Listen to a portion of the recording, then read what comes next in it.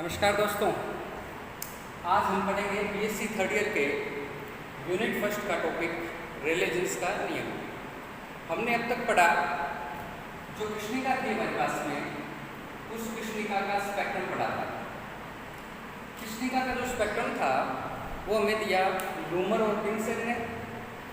इस स्पेक्ट्रम की व्याख्या करने के लिए सबसे पहले नियम दिया वीन ने। वीन ने क्या किया?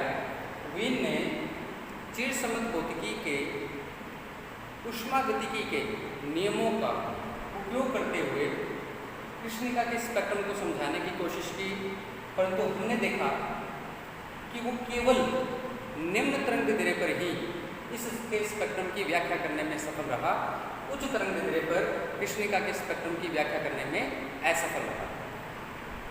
वीन का नियम जब असफल हो गया तो रेले और जीन्स ने कृष्णिका के स्पेक्ट्रम को समझाने के लिए दोबारा प्रयास किया। वापस उन्होंने चिरसम्मत भौतिकी का ही उपयोग किया, परंतु उसके लिए कुछ अभिग्रहित बदल दिए उन्होंने। अब हम केवल रेले जीन्स की बात करते हैं। रेले जीन्स ने ये मान लिया कि मान लीजिए हमारे पास कोई आदर्श कृष्णिका है। मान लीजिए हमारे पास में कोई आदर्श कृष्णिका है। उनके अनुसार यदि ये तापीय साम्य में है और इसका टेम्परेचर जो है वो T है, कैपिटल T है मान लीजिए, तो इस कंडीशन में ये ऊष्मा विकिरणों का जो उत्सर्जन करती है वो विद्युत चुंबकीय तरंगों के रूप में, इलेक्ट्रोमैग्नेटिक वेव्स के फॉर्म में करती है। रेले जीन्स ने क्या माना कि तापीय साम्य में कोई जो कृष्णिका होती है वो अपने परमताप T पर विद्युत चुंबकीय विकिरणों के रूप में ऊष्मा विकिरण उत्सर्जित करती है। उन्होंने ये मान लिया कि जैसे ये विद्युत चुंबकीय तरंगें इससे उत्सर्जित होती है, मान लीजिए विद्युत चुंबकीय तरंगें हैं, ये इससे उत्सर्जित हो रही है, उस कंडीशन में क्या होता है कि ये खुद कृष्णिका खुद क्या हो जाता है, इन विद्युत चुंबकीय तरंगों से भर जाती है। इसके अंदर बहुत सारी विद्युत चुंबकीय विकिरणें अलग अलग तरंग दैर्ध्य की भर जाती है। यानी कि कृष्णिका के अंदर विद्युत चुंबकीय तरंगें उत्पन्न होती है और वो उसके अंदर भर जाती है। कृष्णिका पूरा का पूरा किससे भर जाता है? विद्युत चुंबकीय तरंगों से, और ये विद्युत चुंबकीय तरंगें ही बाहर निकलती है। मान लें कि इसके अंदर जो विद्युत चुंबकीय तरंगें हैं उनका घनत्व U है, उनका घनत्व U है, और बाहर निकलने वाले जो विद्युत चुंबकीय विकिरणें हैं वो उत्सर्जन क्षमता के आधार पर मान लीजिए हम उसको E से नाप रहे हैं, तो रेले जीन्स के अनुसार E की जो वैल्यू है वो U के फॉर्म में C/4 इंटू में U होगी, जहाँ कि हम ये जानते हैं कि U और E, U एंड E जो दोनों हैं वो फंक्शन है लैम्डा और T के। लैम्डा यानी कि तरंग दैर्ध्य के, T यानी कि परमताप के। दोबारा समझिएगा, रेले जीन्स के अनुसार क्या हुआ कि रेले जीन्स के अनुसार कोई भी आदर्श कृष्णिका अपने परमताप पर विद्युत चुंबकीय तरंगें उत्सर्जित करती है। ये विद्युत चुंबकीय तरंगें इसके खुद के अंदर भर जाती है, यानी कि जो कृष्णिका है वो विद्युत चुंबकीय तरंगों से भर जाता है, और उन्हीं विद्युत चुंबकीय तरंगों को जिससे ये भर गया है उन्हीं को ये उत्सर्जित करता है। उत्सर्जन क्षमता अगर E है और इसके अंदर जो ऊर्जा का घनत्व है वो अगर U है, तो E और U में जो रिलेशन होता है वो होता है E बराबर C/4 इंटू में U। ये रेले जीन्स ने मान लिया। अब रेले जीन्स ने इस मानने के साथ साथ में दो अभिग्रहित और माने। दो अभिग्रहित क्या थे उनकी बात करेंगे हमने।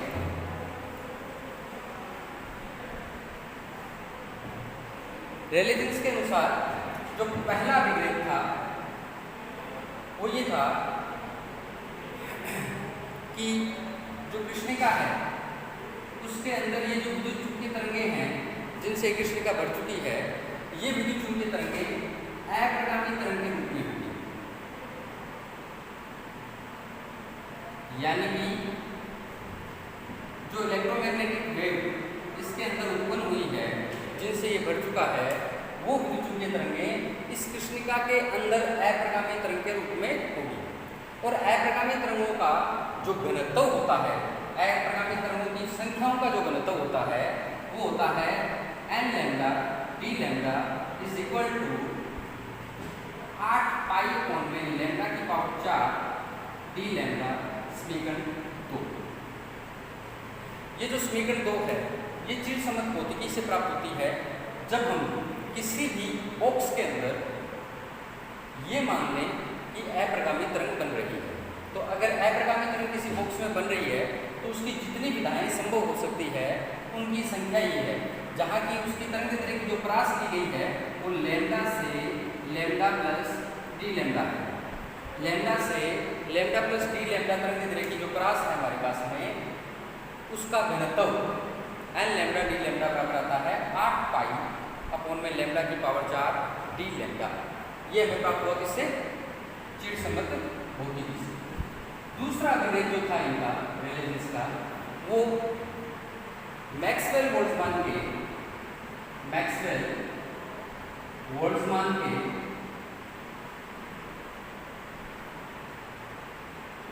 ऊर्जा समविभाजन सिद्धांत पर आधारित है। ऊर्जा समविभाजन सिद्धांत पर आधारित था। इस सिद्धांत के अनुसार क्या होता है, प्रत्येक विधा में या हम ये कहें कि प्रत्येक स्वतंत्रता की कोटि में जो औसत ऊर्जा होती है वो 1/2 kT होती है। मैक्सवेल बोल्ट्जमान के ऊर्जा समविभाजन सिद्धांत के अनुसार प्रत्येक विधा कह दें या प्रत्येक स्वतंत्रता की कोटि कह दें उसमें औसत गतिज ऊर्जा का मान 1/2 kT होता है। ये चिरसम्मत भौतिकी हमें बताती है। इसके बाद में यहाँ पर हमें इस बात को अप्लाई करना था किसके लिए? इस बात को हमें अप्लाई करना है विद्युत चुंबकीय तरंगों के लिए। विद्युत चुंबकीय तरंगों से रिलेटेड जो दोलक होंगे वो दोलक एक तरह से हम ये मान सकते हैं कि सरल आवर्तगति यानी कि सिंपल हार्मोनिक मोशन कर रहे हैं। जो दोलक विद्युत चुंबकीय तरंगों का उत्सर्जन कर रहे हैं वो दोलक सरल आवर्तगति कर रहे हैं। इसके आधार पर हम ये जानते हैं कि किसी भी दोलक की जो कुल ऊर्जा होती है उसकी जो कुल औसत ऊर्जा होती है, कुल औसत ऊर्जा वो 2 गुना होती है औसत गतिज ऊर्जा की। औसत गतिज ऊर्जा। अब कुल औसत ऊर्जा की अगर हम बात करें तो एवरेज एनर्जी हमारे पास कितनी आ जाएगी? 2 इंटू में औसत गतिज ऊर्जा। और औसत गतिज ऊर्जा कितनी है हमारे पास में? 1/2 kT। तो ये हमारे पास टोटल औसत ऊर्जा जो आ गई है वो आ गई है kT। समीकरण 2 3।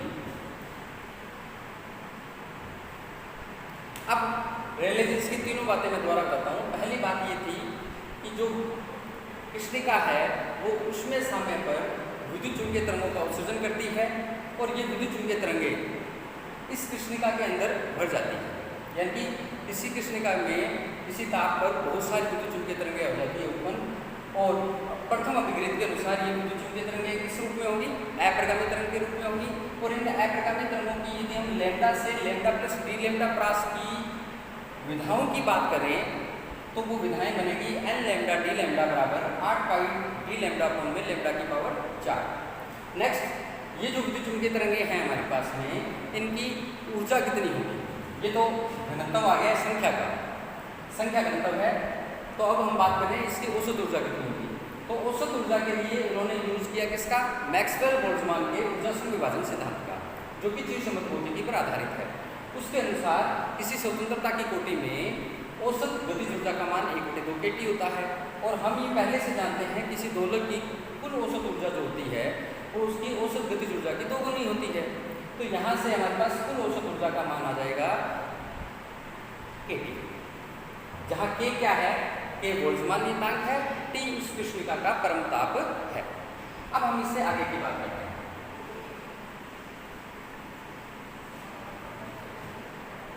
अगर हम बात करें रिलेशंस के अनुसार उसकी जो ऊर्जा का घनत्व है वो कितना आएगा?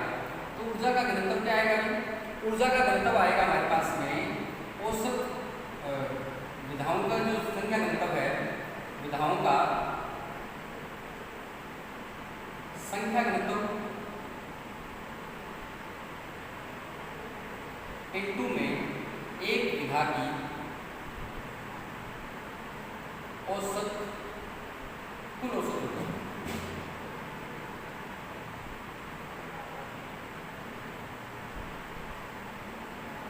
जो नेक्स्ट स्टेप है हमारे पास u लैम्डा t लैम्डा का मान आएगा।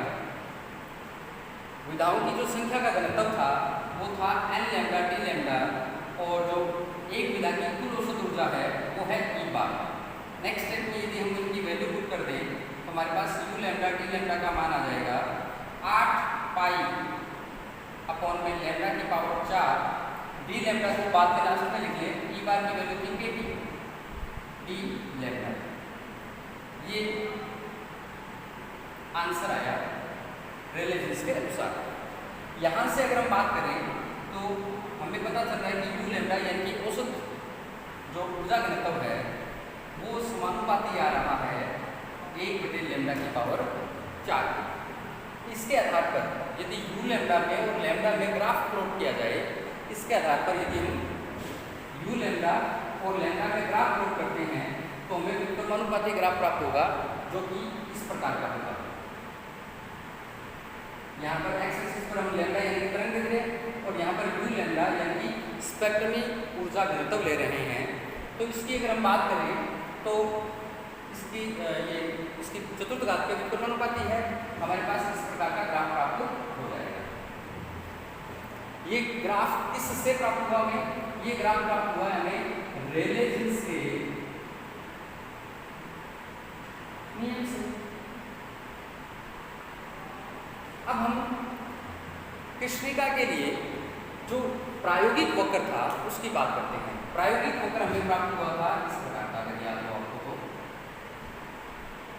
अब इस वक्र को अगर हम ध्यान से देखें तो प्रारंभ में यहाँ तो क्या है कि ये ग्राफ 0 की ओर आ रहा है, और जबकि रेले जीन्स के नियम से जो प्राप्त वक्र है वो अनंत की ओर जा रहा है। इसका मतलब क्या हुआ कि रेले जीन्स का नियम जो है वो लघु तरंगदैर्घ्य के लिए कृष्णिका के स्पेक्ट्रम से मेल नहीं खाता।